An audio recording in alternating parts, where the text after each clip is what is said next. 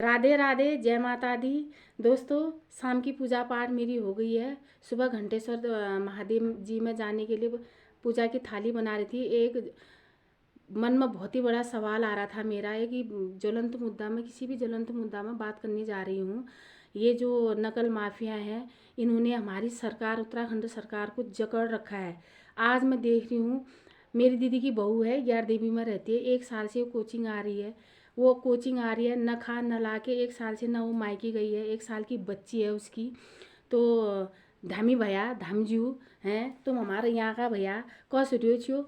आज कस द बोल कस कौन कौन तो यो पहन देना, सब तैयारी हो रही पहन देना, यो को हो है। ये नकल माफिया कौन है? ये किसके हाथ में है इतनी पावर, इतनी बागडोर की ये इतना नकल कराते हैं ना? शर्म नहीं आ रही है? सुन लो, तुम जो नकल कराते हो ना, तुम्हें कोर्ट से, जेल से तो रिहा किया जा सकता है, लेकिन ऊपर वाले की जेल से तुम कभी रिहा नहीं हो सकते हो।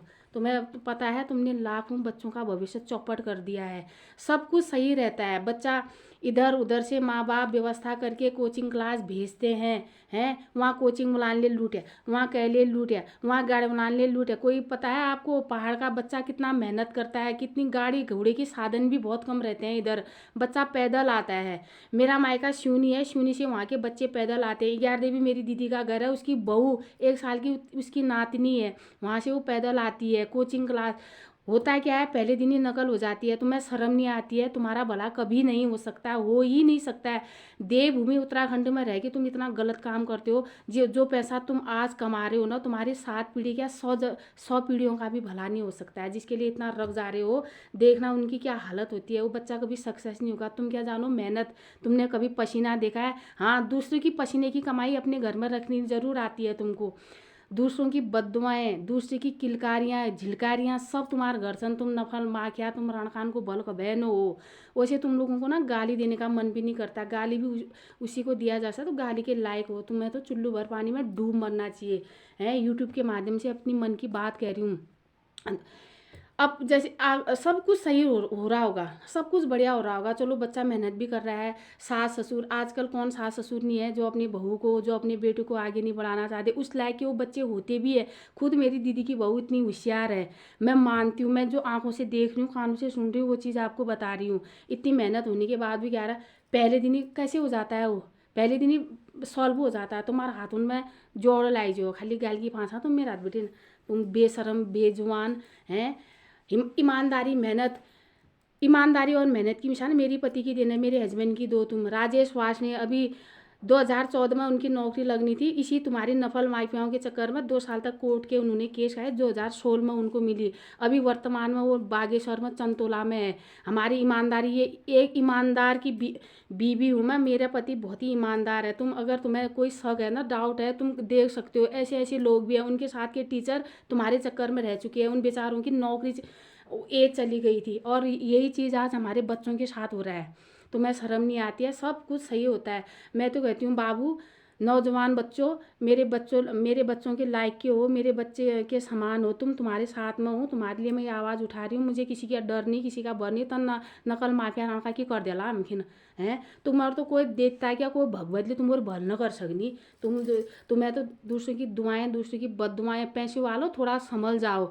जो देने वाले हो वो भी उतना पाप के भागीदारी हो जो नकल कराते हैं। तुम्हें शर्म नहीं आती है? तुम्हारे पास पैसा होता है, वहाँ घूस दे के आते हो। एक जो गरीब का बच्चा होता है, जो जिसके पैर में छाले, आज भी छाले होते हैं, आज भी फटा जूता, आज भी अड़ोसी पड़ोसी से, इधर उधर से दोस्तों से शेयर करके वो अपनी चीज़ों को वो करते हैं, वहाँ तक वो पहुँचते हैं। जिस दिन वो टेस्ट देने जाते हैं, उस दिन उनके माँ बाप के जेब में पैसा नहीं रहता है। वो पैसा कहाँ से आता है? कहीं लेबरी करके, कहीं कुछ करके, कहीं कुछ करके, माएँ दूसरों के घरों में काम करके अपने बच्चों का पूरा करते हो। तुम लोग क्या कर देते हो? तुम्हें शर्म नहीं आती है? तुम तक अगर तुम था तो तू पैसा सनो, तुम गरीब उनको भल कर दी ना, तुम हम जैसों को भला कर दो ना। जो यहाँ पहाड़ का बच्चा, पहाड़ की ज़िंदगी देख रखी है तुम लोगों ने, हैं? वहाँ एसी में बैठोला। तुम्हारे सैनियन जो तो एटीट्यूड कर 2 मंजिल 3 मंजिल गाड़ी में जा छिन्ने। तुम्हारे सैनियन तो हमारे पैर जुत्ती बराबर लेने बहन पतोसी बेशरमून जैसा। सुनो, मैं आउन ना यूट्यूब माध्यम के न कर सकना मैं तो बहुत गुहार छ। मैं रत्न मंदिर खिंचा सुन नान का हाथ में ऐसी किताब रह रुनान है। जो उमर जो तासी जो ताजी उन चेहरामा हुन्छ, तुम नकलजी रणखानले उनको जिंदगी हराम गरिहाल्छ। कहीँको बिहा नु उम्रियो, कहीँको के नु उम्रियो तुम्हारे खातिर है। इतो होशियार छन्, उन्होंने पागल कर सकला। तुम नकल माफिया हो, तुम सुधर जाओ। तुम्हारे बच्चे, तुम्हारे खातिर ना कई बच्चे पागल हो चुके, डिप्रेशन के शिकार हो चुके हैं। वो सुधर जाओ तुम। बेशर्मो, जिनके लिए तुम इतना कमा जा रहे हो ना, वो कभी सक्सेस नहीं होंगे। क्या करोगे जिस दिन मौत होगी ना तुम्हारी? भगवान 40 सेकंड का पिक्चर एक जरूर देता तूने क्या किया है क्या नहीं किया है करके। तुमको तो, तुम नकल माफिया को तो ऐसी बीमारी लगती है ना जिसका कोई इलाज ही नहीं होता है। तुम अमेरिका जा, ऑस्ट्रेलिया जा, तुम्हारी इलाज कहाँ हुई न? तुम और भलो न हो। और दोस्तों, बच्चों, मैं तुम्हारे साथ हूँ। और ये चैनल अगर मेरा देख रहे हो, लाइक करना, शेयर करना, कमेंट करना, ज़रूर बताना। कहीं पर और ज़रूरत है मैं ज़रूर बोलूँगी, तुम लोगों के लिए मैं ज़रूर बोलती हूँ, क्योंकि मैं तुम लोगों को कोचिंग क्लास में इंतज़ार करते हुए देखती हूँ, लाइन में लगे रहती हूँ, भूखे प्यासे धूप में तड़पते हुए देखती हूँ मैं तुम लोगों को। और लास्ट में नतीजा क्या होता है? पहले दिन ही नकल की जाती है और वहाँ हो जाता है कि नहीं, ये रद्द हो गया। रद्द हो गया, दो शब्द ना तुम्हारी ज़िंदगी बर्बाद कर देती है। तुम नकल माफियान को कभी भलो जन हो, कभी जन भलो। मैं तो तुम देखिया कोई डर भरे न भै।